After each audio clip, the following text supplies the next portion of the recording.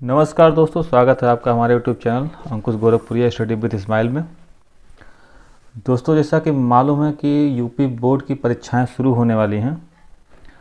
शायद डेट भी आ गया है 24 अप्रैल के आसपास का। तो दोस्तों, किसी भी कारणों से जो बोर्ड के बच्चे हैं उनका कोई भी सिलेबस अभी कंप्लीट नहीं हो पाया है। पिछले साल कोरोना के कारण कुछ और भी परिस्थितियाँ रही होंगी और भी कुछ दिक्कतें आई रही होंगी, जिस वजह से सिलेबस कंप्लीट नहीं हो पाया है, ताकि आने वाले आगामी परीक्षा यूपी बोर्ड में बच्चों को बहुत सारी दिक्कतें आ रही हैं। तो उस दिक्कत को दूर करने के लिए आज हम अपने यूट्यूब चैनल के माध्यम से साइंस सब्जेक्ट शुरू करना चाह रहे हैं और शायद आज हम प्रकाश चैप्टर भी पढ़ाएं। लेकिन बस आपसे यही निवेदन है कि अगर आप यूपी बोर्ड की परीक्षाओं में अच्छा मार्क्स लाना चाहते हैं तो जो वीडियो हम डाल रहे हैं उसको अच्छे से सुनिएगा, अच्छे से पढ़िएगा और नोट भी बना लीजिएगा, ताकि आपको अंतिम समय में रिवीजन भी करना पड़े तो आसानी से रिवीजन हो जाए। ठीक है, अभी उतना टाइम है नहीं कि मैं आपको एक एक लाइन पढ़ा दूं, लेकिन इतना पढ़ा सकता हूं कि क्रैश कोर्स के टाइप आपकी तैयारी हो जाएगी। जो भी आप पढ़े हैं पिछले साल स्कूल में, चाहे आप कहीं कोचिंग किए रहे हों, कहीं भी किए, कैसे भी किए, उसका मैं रिवीजन करवा सकता हूं। तो आइए हम शुरू करते हैं। प्रकाश पढ़ने के पहले हम ये एक चीज़ जान लें कि प्रकाश आखिर है क्या। ठीक है, प्रकाश है क्या और प्रकाश को किस वे में पढ़ना चाहिए। ठीक है, तो प्रकाश पढ़ाने के पहले हम आपको बताते हैं प्रकाश किस मीडियम में पढ़ते हैं, यानी किस कैटेगरी में प्रकाश आता है। ठीक है, तो आइए पढ़ते हैं प्रकाश। तो प्रकाश के पढ़ने के पहले हम आपको बताते हैं वेव। ये थोड़ी सी जानकारी है। वेव मतलब तरंग। ठीक है, देखिए खासकर ये यूपी बोर्ड हाई स्कूल वाले बच्चों के लिए है, जो कि कोरोना के नाते या किसी भी वजहों से सिलेबस का 30% लेस कर दिया गया है। तो जो सिलेबस में है मैं वही पढ़ाऊँगा, अन्यथा कोई बेकार की चीज़ें नहीं पढ़ाऊँगा जिससे आपका टाइम ख़राब हो, क्योंकि परीक्षाएं सर पे हैं। तो फटाफट रिवीजन की तरह मैं शुरू कर रहा हूँ। बस आपसे निवेदन है कि इस चैनल को सब्सक्राइब कर लीजिएगा, लाइक कर दीजिएगा और शेयर करिएगा जो आपके भी मित्र भाई बंधु होंगे जो बोर्ड की परीक्षाएं दे रहे होंगे। ठीक है, या कोई भी कंपटीटर भी होगा वो भी पढ़ सकता है, क्योंकि जो भी कंपटीशन वो हाई स्कूल के बेस पे ही आता है, उनके लिए भी ये लाभदायक है। ठीक है, तो इस हमारा चैनल सब्सक्राइब कर लीजिएगा और बेल आइकन दबा दीजिएगा, क्योंकि ताकि मैं भी कभी भी अपलोड करूं कोई भी वीडियो तो आपके पास तुरंत पहुंच जाए नोटिफिकेशन। ठीक है, चलिए आइए हम वेब पढ़ते हैं पहले। हालांकि ये वेब आपके चैप्टर में है नहीं, लेकिन वेब बताने का रीज़न सिर्फ एक ही है कि प्रकाश किस कैटेगरी में आता है। तो देखिए, वेब होता है दो टाइप का। एक होता है मैकेनिकल वेव।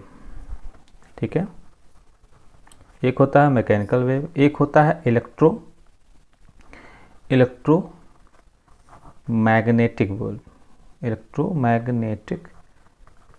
वेव। ठीक है, यानी इसको हिंदी में बोलते हैं यांत्रिक तरंगे, और इसको बोलते हैं विद्युत चुंबकीय तरंग। ठीक है, या तरंगे, जो भी यांत्रिक तरंगे ये वे होते हैं जिनको चलने के लिए किसी माध्यम की जरूरत होती है, किसी मीडियम की ज़रूरत होती है, आवश्यकता पड़ती है। ठीक है, थोड़ा मैं पेन चेंज कर लूँ, थोड़ा हल्का दिख रहा है इससे। तो यांत्रिक तरंगे वे होती हैं जिनको माध्यम की ज़रूरत पड़ती है। माध्यम मतलब मैं यहाँ लिख दूँ, माध्यम की आवश्यकता होती है। ठीक है, माध्यम की आवश्यकता होती है। मैकेनिकल वेव यानी यांत्रिक तरंगे चलने के लिए माध्यम की आवश्यकता होती हैं। जैसे माध्यम कुछ भी हो सकता है, माध्यम जैसे हमारा ठोस हो सकता है, द्रव हो सकता है, गैस हो सकता है, ठीक है, किसी भी माध्यम में हो सकता है, क्योंकि यांत्रिक तरंगे इन्हीं माध्यमों में चल सकती हैं, अन्यथा निर्वात में नहीं चल सकती। निर्वात मतलब जहाँ कुछ भी ना हो, कोई माध्यम ना हो, ठीक है। तो जैसे मैं एक एग्जांपल ले लूँ कि माध्यम की आवश्यकता होती है, इसका मतलब क्या हुआ। इसका मतलब जैसे हम ले लें ध्वनि। ध्वनि ध्वनि आप तो जानते होंगे, ध्वनि आवाज़, ठीक है। तो आवाज़ को चलने के लिए, ध्वनि को चलने के लिए इन्हीं तीनों में से कुछ ना कुछ माध्यम चाहिए। अगर ये माध्यम नहीं रहेगा तो ये ध्वनि नहीं सुनाई देगी, ठीक है।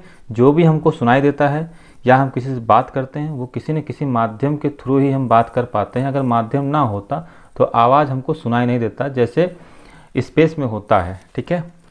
जैसे अंतरिक्षों में निर्वात होता है, तो वहाँ निर्वात में अगर हम बोलें, आपस में बातचीत करना चाहें तो बातचीत नहीं हो पाएगा। क्यों? क्योंकि वहाँ माध्यम होता ही नहीं है, ठीक है।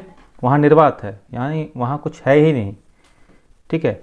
तो ठोस, द्रव, गैस माध्यम हुआ, तो इस माध्यम में ये ध्वनि चलती है। देखिए, अगर ध्वनि को मान लीजिए ठोस कोई चीज़ ले लीजिए, मान लीजिए लोहा लीजिए, लोहा ठोस है, तो अगर लोहे पे आप मारेंगे तो उस लोहे के माध्यम से ध्वनि निकलेगा, ठीक है। और अगर देखिए, अगर आप अपना हाथ वैसे ही पीटिए, हवा में ही पीटिए हवा, तो क्या कोई ध्वनि निकलेगा? नहीं निकलेगा, क्योंकि वहाँ माध्यम आपको मिला नहीं, ठीक है। तो यही है। तो आइए फिर दूसरा क्या है, ये थोड़ा हम बेसिक वैसे ही जनरली आपको बता रहे हैं, इतना डीप हम नहीं जा रहे हैं, ठीक है। अब आइए विद्युत चुम्बकीय तरंगे। यहाँ पे मैकेनिकल में क्या था, यांत्रिक में क्या था, माध्यम की आवश्यकता होती थी। यहाँ माध्यम की आवश्यकता नहीं होगी, माध्यम की आवश्यकता नहीं होती, ठीक है। माध्यम की आवश्यकता यहाँ नहीं होती है। ये जो तरंगे हैं, विद्युत चुम्बकीय तरंगे, ये निर्वात में भी गमन कर सकती हैं, निर्वात में भी चल सकती हैं, ठीक है। निर्वात में भी चल सकती हैं। तो निर्वात में चल सकती हैं, जैसे मैंने ले लिया प्रकाश। प्रकाश यानी लाइट, जैसे यहाँ एग्जाम्पल मैंने लिया, एग्जाम्पल यहाँ भी लिया था, प्रकाश। अब प्रकाश के लिए चाहे कोई माध्यम हो चाहे ना हो, वो तो चलेगा ही, ठीक है। अब अगर ऐसा ना होता, अगर ये प्रकाश भी माध्यम का इंतज़ार करता है कि यहाँ हमें कोई माध्यम मिले तब मैं नीचे धरती पे आऊँगा, तब तो यहाँ अंधेरा ही अंधेरा रहता धरती पे। क्यों? इसीलिए ये जो प्रकाश है, हमने ये बताने का क्यों इतना प्रेशर आपको किया कि ये प्रकाश जो है एक इलेक्ट्रोमैग्नेटिक वेव है, यानी विद्युत चुम्बकीय तरंग है, ठीक है। समझ गए?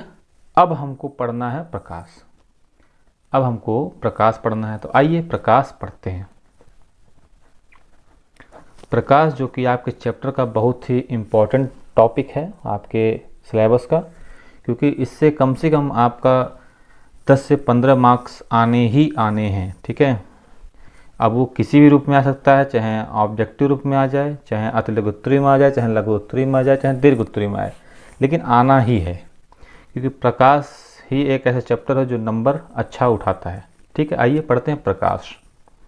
प्रकाश है क्या? प्रकाश है क्या? लाइट। लाइट है क्या? प्रकाश मतलब ये कि जिसके द्वारा हमें दिखाई देता है वही प्रकाश होता है, ठीक है। जिसके द्वारा हमें दिखाई देता है, इस धरती पे कुछ भी दिखाई दे रहा है, जिसका कारण प्रकाश है, इस प्रकाश की वजह से हमको दिखाई देता है, ठीक है। अगर प्रकाश ना होता तो हमको दिखाई ना देता, ठीक है। तो हम ऐसे कह सकते हैं कि अगर पूछ ले पेपर में प्रकाश का डेफिनेशन लिखिए, तो इसको एक लाइन में लिख सकते हैं, इस विकिरण को जो हमारी आँखों को संवेदित करे वह प्रकाश कहलाता है, ठीक है, एक लाइन में अगर अति लघु उत्तरे में आता है तो इतना आप लिख सकते हैं। ठीक है, ठीक है, अति लघु उत्तरे में ये लिख सकते हैं। तो प्रकाश समझ गए आप कि प्रकाश क्या है। ये प्रकाश वही है जो हमको इस संसार को दिखाने में मदद करता है। ठीक है, अब आता है प्रकाश का चाल क्या होता है, यानी प्रकाश का चाल। प्रकाश का चाल किस में हम देखेंगे, निर्वात में। ठीक है, निर्वात में प्रकाश का चाल क्या होगा, निर्वात में प्रकाश का चाल होगा 3 × 10⁸ मीटर पर सेकेंड। ठीक है, ये होता है। तो आपको इतना याद रखना है कि प्रकाश कैसी तरंगे हैं, तो प्रकाश विद्युत चुंबकीय तरंगे हैं। पहला बात, क्या प्रकाश निर्वात में भी चल सकता है, जी हाँ, प्रकाश निर्वात में भी चल सकता है। ठीक, फिर क्या प्रकाश के लिए कोई माध्यम की आवश्यकता है, तो आंसर होगा नहीं, प्रकाश को चलने के लिए कोई माध्यम की आवश्यकता नहीं है। प्रकाश होता क्या है, प्रकाश वह विकिरण जो हमारी आँखों को संवेदित करे। संवेदित मतलब हमारी आँखों को संवेदना दे, यानी जिस वजह से हम देख पा रहे हैं इस धरती को, इस खूबसूरत धरती को हम देख पा रहे हैं, किस कारण, इस प्रकाश के कारण। ठीक है, अब प्रकाश के कुछ कैरेक्टर हैं, कुछ प्रकृति है प्रकाश का कुछ नेचर है, स्वभाव है। स्वभाव क्या है इसका कि हम एक साथ कई प्रकाश डालें। ठीक है, मान लीजिए, अब आइए अपने टॉपिक पे धीरे धीरे बढ़ते हैं। यदि प्रकाश को हम कई दिशा से डालें, मान लीजिए हम एक की, मान लीजिए S1 यहाँ रख दे रहे हैं, S2 यहाँ दे रहे हैं, S2 मतलब ये सन, एक सन यहाँ डाल दिया, एक सन यहाँ। एक सन की रोशनी मान लीजिए यहाँ आ रही है, मान लीजिए सामने कोई पर्दा है, मान लीजिए कोई पर्दा है, तो इस सन की रोशनी आ रही है, तो मान लीजिए किसी माध्यम से आ रही है, तो इस सन की रोशनी यहाँ पड़ रही है मान लीजिए। ठीक है, और इस सन की रोशनी यहाँ पड़ रही है। ठीक, इस सन की रोशनी यहाँ पड़ रही है। अब यदि देखा जाए, अगर इस सन को हटा दिया जाए तो क्या इस सन का कोई प्रभाव पड़ेगा, क्या ये सन भी छुप जाएगा, या क्या ये सन भी रोशनी नहीं देगा, देगा। चाहे इसको हटा दिया जाए तो भी ये अपना काम करेगा, या इस सन को हटा दिया जाए तो भी ये अपना काम करेगा। कहने का मतलब है लाइट किसी भी दिशा से डाला जाए, कितनी भी दिशा से डाला जाए और कितनी भी दिशा से लाइट हटा ली जाए, जो लाइटें आ रही हैं, जहाँ पड़ रही हैं, वो अपना रास्ता नहीं बदलेंगी, वो अपना काम करती रहेंगी। ठीक है, तो जो लाइट का एक नेचर है कि लाइट यानी प्रकाश की जो किरणें हैं आपस में या पारस्परिक अनिर्भर होती हैं, मतलब एक दूसरे के ऊपर डिपेंड नहीं होती हैं। ठीक है, मैं एक लाइन में लिख दूं कि प्रकाश की किरणें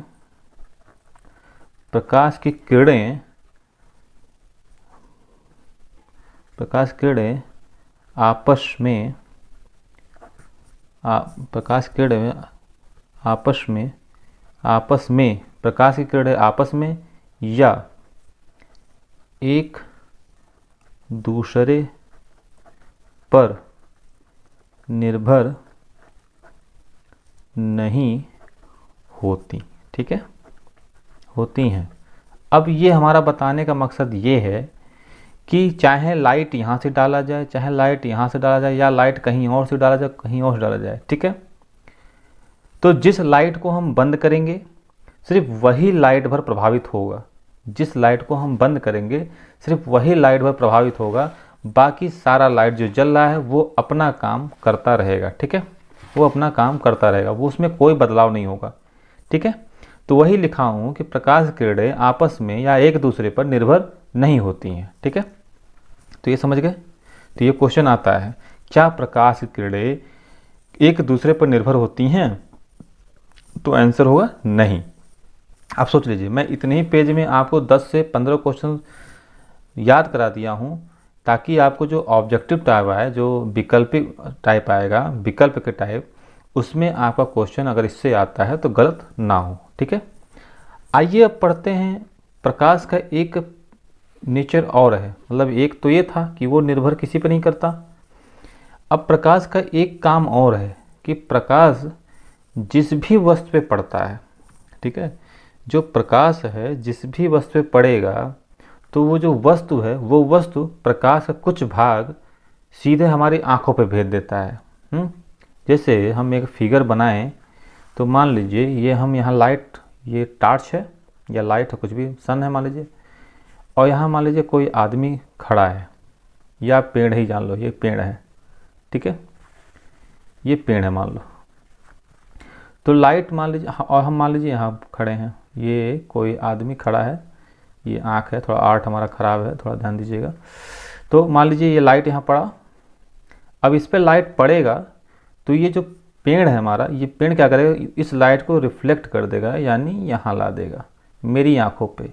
जब ये मेरी आँखों पे लाइट आएगा तब हमको ये पेड़ दिखना शुरू हो जाएगा कि हाँ ये पेड़ है या जानवर है या कुछ भी है, जो भी जिस पे लाइट पड़ेगा उस वस्तु से लाइट वापस आएगी, और वापस आने के बाद हमारी आँखों पे पड़ेगी, और वो आँख हमारा जो उसका आँख का फंक्शन है वो अपना फंक्शन करेगा, अपना काम करेगा। आँख अपना काम करने के बाद हमको बताएगा कि हाँ जहाँ से लाइट आ रही है वो कौन सा वस्तु है, ठीक है।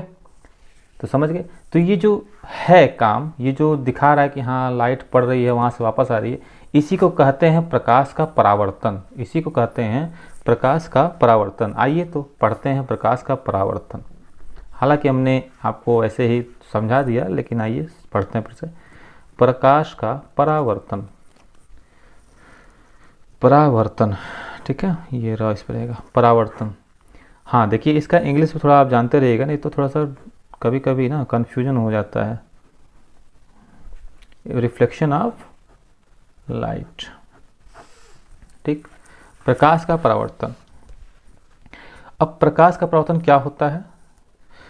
प्रकाश का परावर्तन का ये हुआ, मैं लिखता जाऊंगा, जब प्रकाश किसी पालिशदार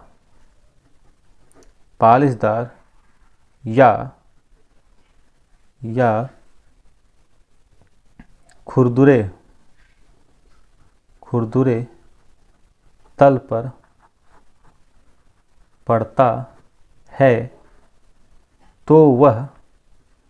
तो वह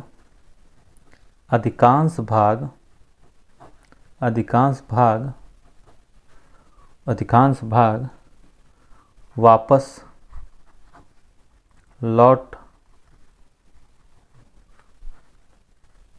जब प्रकाश किसी पालिशदार या खुरदरे तल पर पड़ता है तो वह अधिकांश भाग, तो वह या उसका अधिकांश भाग वापस लौट आता है, ठीक है। कहने का मतलब ये है, जब ये प्रकाश जाएगा, मान लीजिए पालिशदार कोई सरफेस है, मान लीजिए हम फिगर बनाएं, ये कोई पालिशदार सरफेस है, ठीक है, एकदम साफ समतल है, लाइट यहाँ से पड़ा, इस पे पड़ेगा, ठीक है, तो ऐसे वापस हो जाएगा। लाइट यहाँ से आ रही है, ठीक, मान लीजिए सन की रोशनी है, लाइट यहाँ से आ रही है, इस सरफेस पड़ेगा तो इधर से चला जाएगा, ठीक है। मान लीजिए यहाँ से लाइट आ रही है तो ये ऐसे चला जाएगा, ठीक है, ये लाइट आ रही है फिर ये ऐसे चला जाएगा। ये समतल रहेगा, तब कि जब समतल रहेगा तो ये लाइट जाने का जो प्रकृति है एक क्रम में जाएगा, इसीलिए इसको कहेंगे रेगुलर परावर्तन। इसी को कहते हैं रेगुलर परावर्तन, ठीक है, इसी को कहेंगे रेगुलर परावर्तन। यदि अगर सरफेस आपका उबड़ खाबड़ है, ऐसे उबड़ खाबड़ है, ठीक है, तो जब इस पे लाइट पड़ेगा क्या होगा, देखिए, ये यहाँ पड़ा लाइट तो ये उबड़ खाबड़ है, तो यहाँ पड़ा तो यहाँ चला गया, फिर लाइट मान लो इस पे पड़ी तो ऐसे चला गया, या इस पे पड़ी तो ऐसे चला गया, मतलब उबड़ खाबड़ है ना, जहाँ लाइट पड़ेगा वो किसी भी दिशा में मूव कर जाएगा। तो इसी को कहेंगे, मतलब इसको रेगुलर का मतलब, देखो आधा इंग्लिश लिख रहा हूँ आधा हिंदी, थोड़ा गड़बड़ हो गया, इसको बोलेंगे नियमित परावर्तन, ठीक है। देखिए ये एक एक पैटर्न में आ रहा है और उसी पैटर्न में वापस भी जा रहा है, उसी पैटर्न में परावर्तन हो रहा है, इसको परावर्तन बोलते हैं। लाइट का वापस जाना परावर्तन कहलाता है।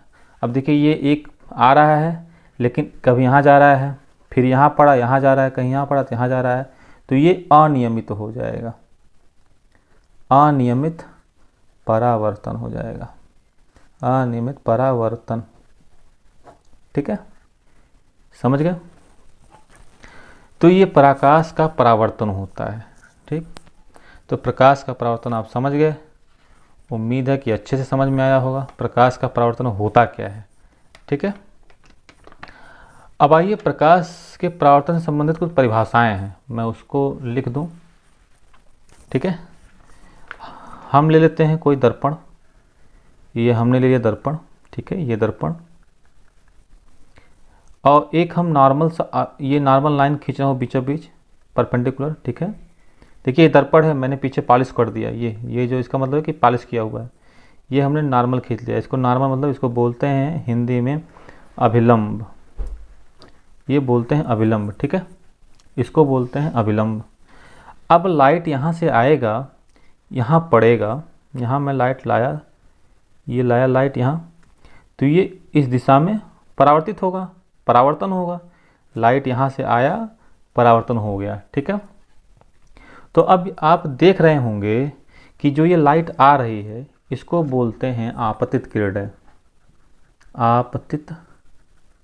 आपतित किरण बोलते हैं इसको।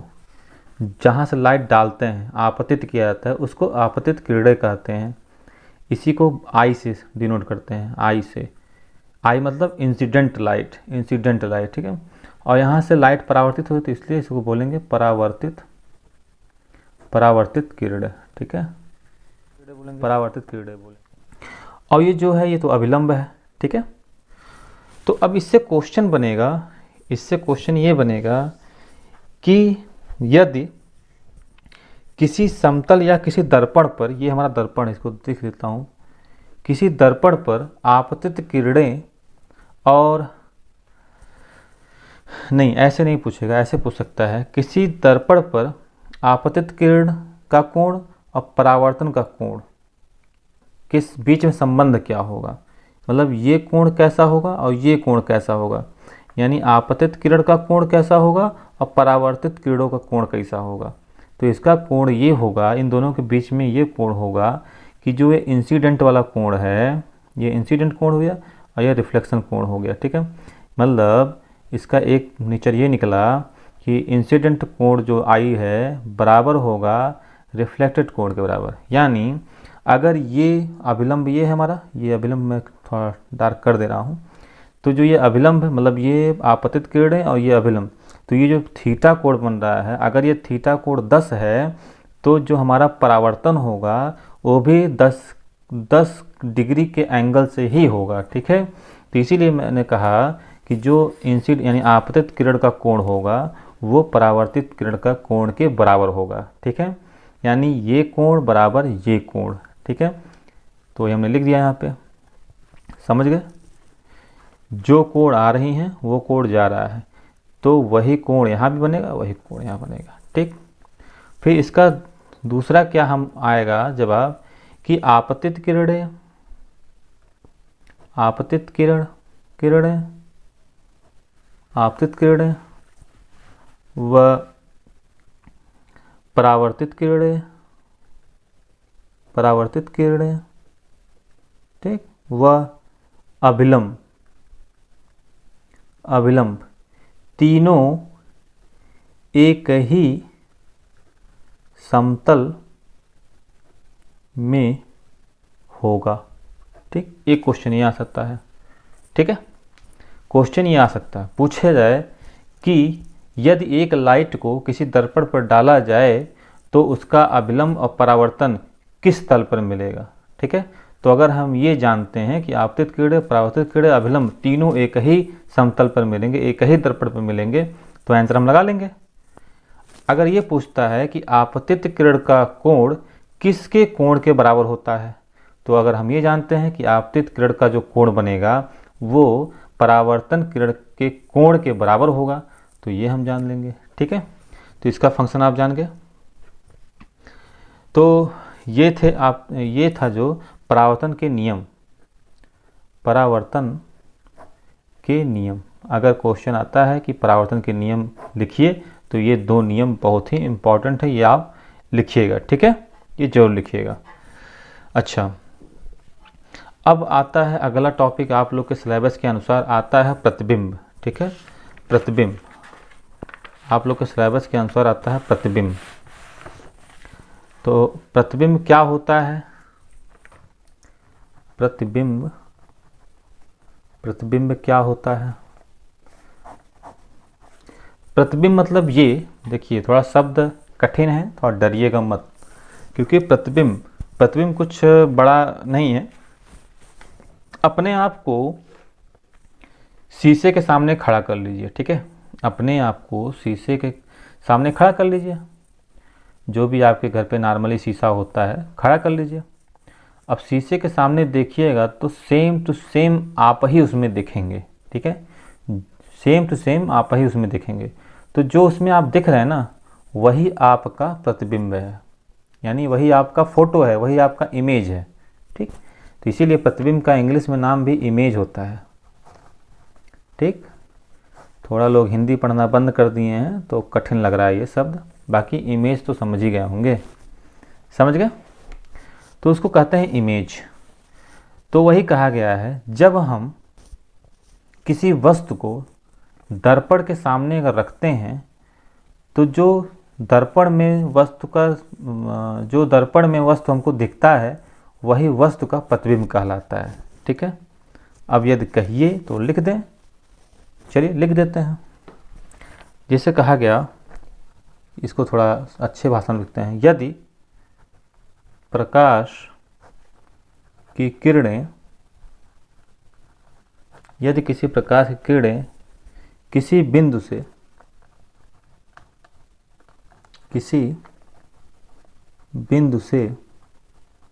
अब ये किसी बिंदु से मतलब नहीं समझे, इस किसी बिंदु का मतलब वस्तु रख लो, ये कहीं कहीं बिंब रख लिख के आएगा, बिंब, तो ये वस्तु समझो।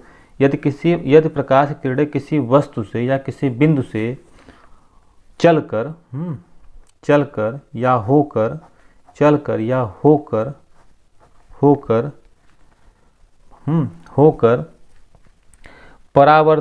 परावर्तन के पश्चात, होकर परावर्तन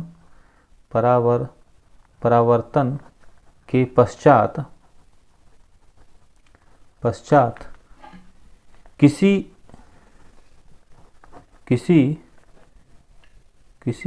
दूसरे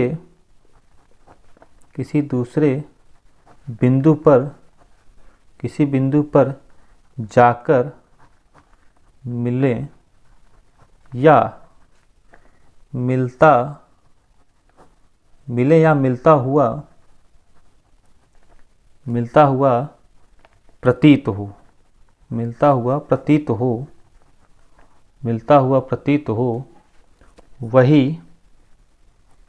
वही प्रतिबिंब कहलाएगा। प्रतीत हो, वही प्रतिबिंब कहलाएगा, ठीक है। तो ये थोड़ा बड़ा कठिन लग रहा होगा आपको। तो इसका मतलब ये है कि कोई प्रकाश किसी वस्तु से होकर गया, मान लीजिए, हालांकि मैं जब समझाऊंगा तो अच्छे से समझ में आएगा, जब फिगर बना के समझाऊंगा, लेकिन मैं फिर भी, मान लीजिए कोई वस्तु है और यह मान लीजिए कोई दर्पण है यहाँ पे। अब मान लीजिए हमने अवतल दर्पण ले लिया, ये अवतल दर्पण है, तो यहाँ से लाइट, ये मुख्य फोकस इसका ले लो, तो मान लो ये वस्तु है, यहाँ से लाइट जा रही है, ठीक है, यहाँ से वापस आई, ये मान लो यहाँ से जा रही है तो ये वापस जा रही है। मैंने इसका मैं रूल बताऊंगा कैसे हो रहा। तो ये जहाँ मिल रहा है ना, ये जहाँ मिल रहा है यही है प्रतिबिंब, ये जहाँ मिलेगा ये है प्रतिबिंब, ठीक है। और मान लीजिए ये है अवतल ले लिया, उत्तल ले लिया, सॉरी, नहीं इसी में ले लो, ठीक है। मान लीजिए ये था, वस्तु हमने यहाँ रख दिया, ये आपको बताने लिए कर रहा हूँ, हालांकि ठीक है। तो ऐसे गया, ऐसे गया, ठीक, फिर फिर ऐसे जा रहा है, तो एक ऐसे देखो ये जा रहा है, ये ऐसे ऐसे से, तो ये प्रतीत हो रहा है मिलता हुआ। ठीक है, ये मैं बता रहा हूँ सिर्फ समझाने के लिए कि ये जो मैं लिखा हूँ प्रतीत हो रहा है या जाकर मिल रहे हैं। तो जाकर मिला तो ये हुआ कि हाँ मिल रहा है, तो ये प्रतिबिंब कहलाया। लेकिन ये प्रतीत हो रहा है कि हाँ यहाँ तो मिलेगा नहीं, यहाँ कहीं जाकर मिल रहा है, आभासी मिल रहा है, तो ये प्रतिबिंब है। तो वही लिखा है कि यदि प्रकाश की किरणें किसी वस्तु या बिंदु से चलकर या होकर परावर्तन के पश्चात किसी दूसरे बिंदु पर जाके मिले, देखिए ये परावर्तन यहाँ हुआ, फिर आके यहाँ मिल रहा है, आके यहाँ मिल रहा है, तो यहाँ जो मिल रहा है यही प्रतिबिंब कहलाएगा। किसका प्रतिबिंब कहलाएगा? इस वस्तु का प्रतिबिंब ये कहलाएगा। ठीक है, तो प्रतिबिंब समझ गए। प्रतिबिंब अब दो तरीके के होते हैं, एक होता है वास्तविक प्रतिबिंब, वास्तविक प्रतिबिंब, वास्तविक प्रतिबिंब, और एक होता है आभासी प्रतिबिंब, आभासी प्रतिबिंब। देखिए हालांकि ये आपको समझ में ना आए वास्तविक आभासी या मैंने जो ये बनाया आपको समझ में आए, लेकिन मैं जब इसका फिगर बनाऊंगा, जब इसका फंडामेंटल पढ़ाऊंगा ना, तो आपको अच्छे से समझ में आएगा। इसलिए आप हमसे जुड़े रहिए, आपको निराश हम नहीं करेंगे, आपको समझा देंगे अच्छे से, और आप एग्ज़ाम में एक बार हमको याद करेंगे जरूर कि हाँ सर ने अच्छा पढ़ाया था। तो वास्तविक प्रतिबिंब मतलब ये कि ये जो वास्तव में मिल रहा है, ये वास्तव में जो मिल रहा है परावर्तन के पश्चात, यानी लाइट गई, परावर्तन हुआ, फिर परावर्तन के पश्चात जिस बिंदु पे मिल रहा है, वास्तव में मिल रहा है, लग रहा है कि हाँ सही में मिल रहा है, कहीं दो लाइनें आपस में काट के मिल रही हैं, वो कहेगा वास्तविक प्रतिबिंब। ठीक है, आभासी प्रतिबिंब, आभासी प्रतिबिंब कहीं मिलेगा नहीं। देखिए हमने परावर्तन किया, कहीं नहीं मिल रहा है, कहीं भी नहीं मिलेगा, लेकिन अगर हम उसको एक काल्पनिक रेखा उसके आगे बढ़ा दिया जाए, उसके आगे से बढ़ा दें, देखिए बढ़ा दिया, तो यहाँ कहीं मिलता हुआ आभास हो रहा है कि हाँ यहाँ कहीं मिल जाएगा, अगर मैं लाइन बढ़ाऊंगा तो यहाँ कहीं मिलेगा, तो वो हुआ आभासी प्रतिबिंब। ठीक है, तो दोस्तों इसके आगे हम आपको पढ़ाएंगे गोलीय दर्पण। ठीक है, आपके सिलेबस में गोलीय दर्पण है, और यही मेन टॉपिक भी है, यही आपको समझना भी है। ठीक है, चलिए धन्यवाद, मिलते हैं अगले वीडियो में गोलीय दर्पण के साथ। और आप अगर नए हैं तो इस चैनल को सब्सक्राइब करिए और बेल आइकन दबा दीजिए, ताकि कोई भी वीडियो हम अपलोड करें तुरंत आपके पास पहुंच जाए। ठीक है, देखिए परीक्षा का समय है, अपना समय ना खराब करिए, कुछ अच्छा कंटेंट याद करिए, वही याद करिए जो आपके एग्ज़ाम में आने वाला हो। तो मैं वही पढ़ाऊँगा जो आपके एग्ज़ाम में आने वाला हो। ठीक है, चलिए धन्यवाद।